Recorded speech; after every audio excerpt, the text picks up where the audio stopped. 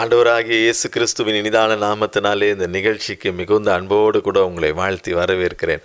இன்றைய நம்முடைய தியானத்திற்கு என்று தெரிந்தெடுக்கப்பட்ட வேத வசனம் சங்கீதங்களின் புஸ்தகம் அதனுடைய 25ஆம் அதிகாரம், சங்கீதம் 25 அதனுடைய 12 மற்றும் 13 ஆகிய வசனங்களை நாம் பார்க்கிறோம். கர்த்தருக்கு பயப்படுகிற மனுஷன் எவனோ அவனுக்கு தாம் தெரிந்து கொள்ளும் வழியை போதிப்பார். நம்மை போதித்து நடத்துகிற ஆண்டவர் அவர். ஆனால் அது யாருக்கு இந்த கிருபையை அவர் கொடுக்கிறார்? அவருக்கு பயப்படுகிற மனுஷன் எவனோ அவனுக்கு தான் தாம் தெரிந்து கொள்ளும் வழியை போதித்து நடத்துகிற தேவனாயிருக்கிறார். அதே அடுத்த வசனம் 13ஆம் வசனத்தில் நாம் பார்க்கிறோம், அவன் ஆத்துமா நன்மையினால் தங்கும், அவன் சந்ததி பூமியை சுதந்தரித்து கொள்ளும். பார்த்தீர்களா, எத்தனை அருமையான வாக்குத்தத்தம்! அவன் ஆத்துமா நன்மையினால் தங்கும். நமக்கு நன்மையே செய்கிற ஆண்டவர், நன்மையான வழியிலே நம்மை நடத்துகிற கர்த்தர், நம் ஆத்துமாவுக்கும் நன்மை செய்கிறார். நமக்கு மட்டுமல்ல, நம் சந்ததிக்கும் பூமியின் சுதந்திரங்களை ஆசீர்வாதமாய் கொடுக்கிற தேவனாயிருக்கிறார். அப்படியானால் நாம் செய்ய வேண்டிய காரியம் கர்த்தருக்கு பயப்படுகிற பயம். கர்த்தருக்கு பயப்படுகிற பயம். வேதம் சொல்லுகிறது, மனுஷனுக்கு பயப்படுகிற பயம் கண்ணியை வருவிக்கும். ஆகவே நம்முடைய பயங்கள் கர்த்தரை சார்ந்திருக்க வேண்டும். கர்த்தருக்கு மட்டும் நாம் பயந்து வாழ வேண்டும் என்று சொல்லி நாம் பார்க்கிறோம். கர்த்தருக்கு பயப்படுகிற பயம் நமக்குள் இருக்கும் என்று சொன்னால் நாம் எப்படி இருப்போம் அல்லது எப்படி இருக்க வேண்டும்? யோபுவின் புஸ்தகம் 1ஆம் அதிகாரம் 8ஆம் வசனத்திலே பக்தனாகி யோபுவை குறித்து ஆண்டவர் கொடுக்கிற ஒரு அருமையான சாட்சி. யோபுவை குறித்து தேவனாகிய கர்த்தர் என்ன சொல்லுகிறார்? உத்தமனும் சன்மார்க்கனும் தேவனுக்கு பயந்து பொல்லாப்புக்கு விலக்குகிறவனும் ஆகிய யோபு. உத்தமன், சன்மார்க்கன், தேவனுக்கு பயந்து பொல்லாப்புக்கு விலகுகிற ஒரு இருதயம் நமக்குள் இருக்கும் என்று சொன்னால் நாம் கர்த்தருக்கு பயப்படுகிற பயத்தோடு கூட இருக்கிறோம் என்பது இதிலே விளங்கும். நம்முடைய வாழ்க்கையிலே உத்தமம் காணப்பட வேண்டும். சன்மார்க்கமாய் நாம் இருக்க வேண்டும். இந்த உலகம் துன்மார்க்கத்தினால் நிறைந்திருக்கலாம். எங்கு பார்த்தாலும் அக்கிரமங்கள், அநியாயங்கள் இருக்கலாம். ஆனால் நம்முடைய வாழ்க்கையிலோ நாம் துன்மார்க்கத்திற்கு இடம் கொடாமல் நாம் சன்மார்க்கர்களாய் இருக்க வேண்டும். இந்த உலகம் பொய்யினால் வஞ்சகத்தினால் நிறைந்ததாக இருக்கும். ஆனால் அவைகளுக்கு மத்தியிலே நாம் உத்தமர்களாய் இருக்க வேண்டும். யோபு அப்படிதான் இருந்தார். உத்தமனும் சன்மார்க்கனும் தேவனுக்கு பயந்து பொல்லாப்புக்கு விலகுகிறவன் யோபு. ஆகவே தேவனாகிய கர்த்தர் யோபுவை அளவில்லாமல் ஆசீர்வதித்து வைத்திருந்தார். அத்தனை நன்மைகளையும் யோபுவுக்கு அழகாய் கொடுத்து யோபுவை சுற்றிலும் வேலியும் அடைத்து வைத்திருந்தார். இது எவ்வளவு பெரிய பாக்கியம்! சங்கீதக்காரன் இந்த பகுதியிலே சொல்லும் பொழுது சொல்லுகிறார், கர்த்தருக்கு பயப்படுகிற மனுஷன் எவனோ அவனுக்கு தாம் தெரிந்து கொள்ளும் வழியை போதிப்பார். அவன் ஆத்துமா நன்மையினால் தங்கும், அவன் சந்ததி பூமியை சுதந்தரித்து கொள்ளும். உபாகமங்களின் புஸ்தகம் 30ஆம் அதிகாரம் அதனுடைய 15, 16 ஆகிய பகுதிகளில் நாம் பார்க்கிறோம். இந்த பகுதியிலே தேவனாகிய கர்த்தர் சொல்லியிருக்கிற காரியம் இதோ, ஜீவனையும் நன்மையையும் மரணத்தையும் தீமையையும் இன்று உனக்கு முன்னே வைத்திருக்கிறேன். ஜீவனையும் நன்மையையும் அதே போல மரணத்தையும் தீமையையும், இது 2 காரியங்களையும் உனக்கு முன்பாக வைத்திருக்கிறேன்.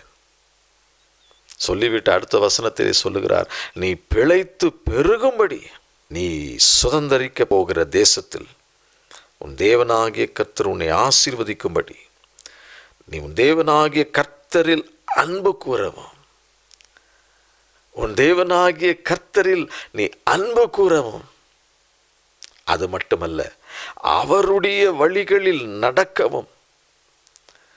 இது இரண்டும் இருக்கும் பொழுது எப்படி கர்த்தர் நம்மை நடத்துகிறார், எதன் மூலமாய் நம்மை நடத்துகிறார்? அவர் கற்பனைகள், கட்டளைகள், நியாயங்களை கை கொள்ளவும் நான் இன்று உனக்கு கற்பிக்கிறேன்.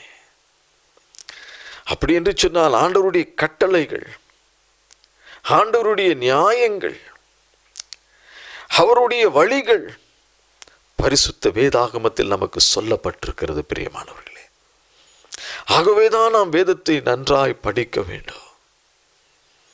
அதை நன்றாய் படித்து ஆழமாய் நாம் தியானித்து ஜெபித்து ஆண்டவருடைய சமூகத்திலே காத்திருக்கும் பொழுது இந்த வசனங்கள் மூலமாய் கர்த்தர் நம்மை நடத்துவார், நம்மை செம்மையான வழியிலே நடத்துவார், நம் ஆத்துமா நன்மையினால் நிரம்பும்படி செய்வார்.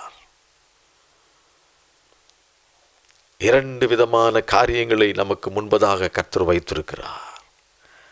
முதலாவது காரியம் ஜீவன், நன்மை. மற்றொன்று மரணம், தீமை.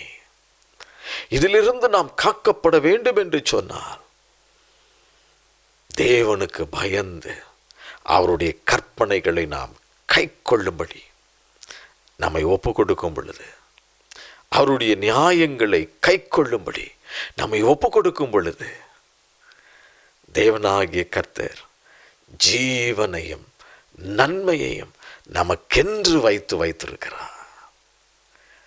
ஆகவேதான் சங்கீதக்காரன் சொல்லுகிறார், கர்த்தருக்கு பயப்படுகிற மனுஷன் எவனோ அவனுக்கு தாம் தெரிந்து கொள்ளும் வழியை போதிப்பார்.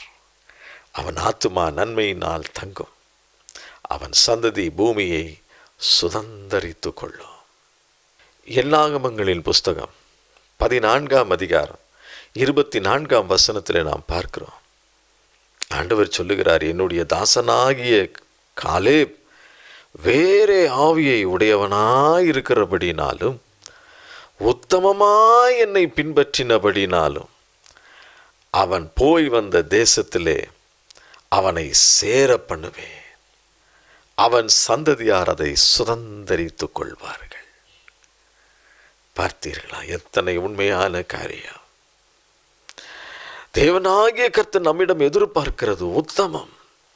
உத்தமமாய் நாம் அவரை பின்பற்ற வேண்டும் என்பது அவருடைய விருப்பம். நம்முடைய விருப்பங்களை எல்லாம் கர்த்தர் செய்ய வேண்டும் என்று சொல்லி நாம் விரும்புகிறோம், நினைக்கிறோம்.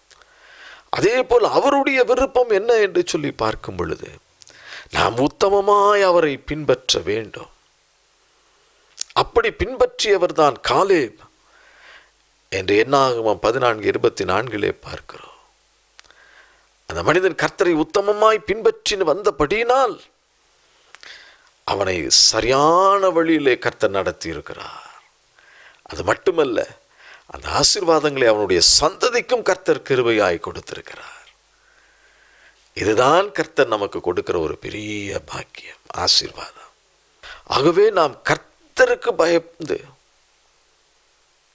அவருக்கு பிரியமாய் நாம் நடக்கும் பொழுது, அவருடைய இருதயத்திற்கு ஏற்றவர்களாய் நாம் இருக்கும் பொழுது, அவர் நமக்கு தெரிந்தெடுத்திருக்கிற அவருடைய வழிகளை நமக்கு காண்பிப்பார், போதிப்பார். அது மட்டுமல்ல, நம் ஆத்துமாவை நன்மையினால் நிரப்புகிறவர், நம்முடைய சந்ததி பூமியை சுதந்தரித்து கொள்ளும்படி செய்கிற தேவனாய் இருக்கிறார். அப்போஸ்தலனாகிய பவுல் எபேசியருக்கு எழுதின நிருபம் 5ஆம் அதிகாரம் அதனுடைய 8, 9, 10, 11 ஆகிய பகுதிகளிலே நாம் பார்க்கிறோம். முற்காலத்தில் நீங்கள் அந்தகாரமாய் இருந்தீர்கள், இப்பொழுதோ கர்த்தருக்குள் வெளிச்சமாய் இருக்கிறீர்கள். வெளிச்சத்தின் பிள்ளைகளாய் நடந்து கொள்ளுங்கள். ஆவியின் கனி சகல நற்குணத்திலும் உண்மையிலும் நீதியிலும் விளங்கும். கர்த்தருக்கு பிரியமானது இன்னதென்று சோதித்து பாருங்கள். கனிகளற்ற அந்தகார கிரியைகளுக்கு உடன்படாமல் அவைகளை கடிந்து கொள்ளுங்கள்.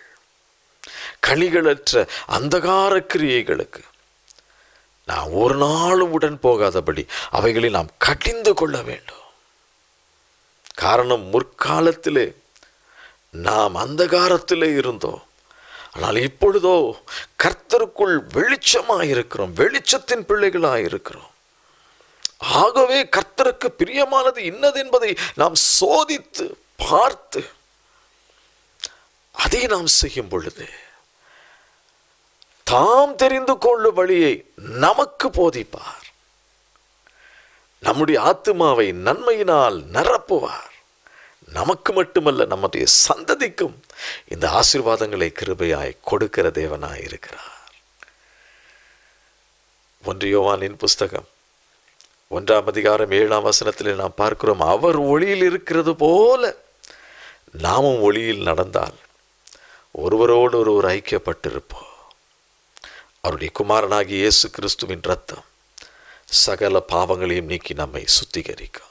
அவர் ஒளியாயிருக்கிறது போல நாமும் ஒளியில் நடக்க வேண்டும். இருளின் நாட்கள் முடிந்தது. நாம் ஜீவ ஒளிக்குள் பிரவேசித்திருக்கிறோம். இயேசு கிறிஸ்துவின் இரத்தத்தினால் கழுவி சுத்திகரிக்கப்பட்ட அவருடைய பிள்ளைகளுடைய வாழ்க்கையில் ஜீவ ஒளி உட்பிரவேசித்திருக்கிறது. ஆகவேதான் முந்தின வசனத்திலே பார்க்கிறோம், முற்காலத்தில் நீங்கள் அந்தகாரமாயிருந்தீர்கள், இப்பொழுது கர்த்தருக்குள் நீங்கள் வெளிச்சமாயிருக்கிறீர்கள். அவர் ஒளியில் இருக்கிறது போல நாம் ஒளியில் நடந்தால் நமக்கும் தேவனுக்கும் ஒரு ஐக்கியம். இது எவ்வளவு பெரிய பாக்கியம்! இதுதான் முக்கியம் பிரியமானவர்கள் இந்த உலகத்தில். ஆகவே நாம் கவனமாயிருந்து நாம் எந்த காரியத்தை செய்தாலும் இது கர்த்தருக்கு பிரியமாய் இருக்குமா, இது அவருடைய இருதயத்திற்கு ஏற்றதா இருக்குமா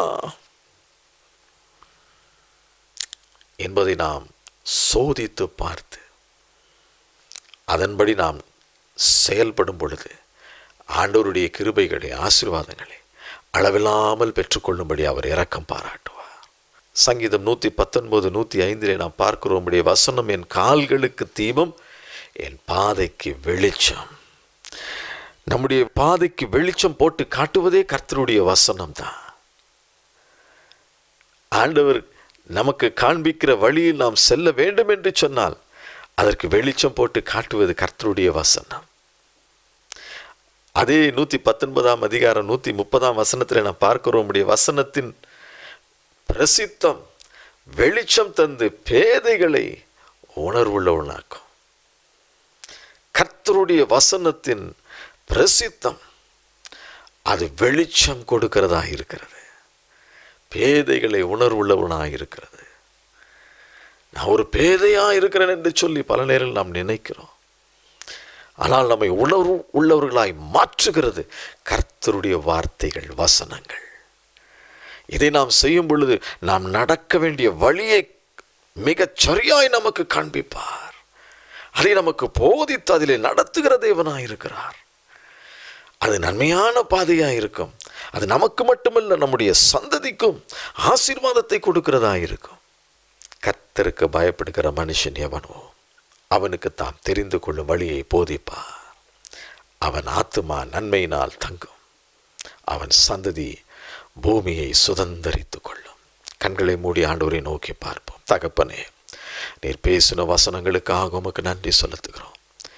இப்பொழுதும் நம்முடைய வார்த்தைக்கு, நம்முடைய வசனங்களுக்கு கீழ்ப்படிய எங்களை முழுமையாய் ஒப்பு கொடுக்கிறோம். ராஜா, ஜீவனையும் ஆண்டவரே மரணத்தையும் எங்களுக்கு முன்பாக வைத்திருக்கிறீர், ஆசீர்வாதத்தையும் சாபத்தையும் எங்களுக்கு முன்பாக வைத்திருக்கிறீர்.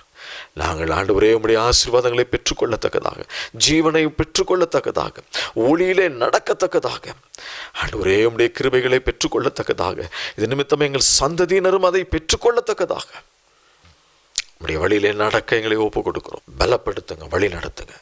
இயேசு கிறிஸ்துவின் நாமத்தில் கேட்கிறேன் பிதாவே, ஆமென். கர்த்தர் தாமே உங்களை ஆசீர்வதிப்பாராக. ஆமென்.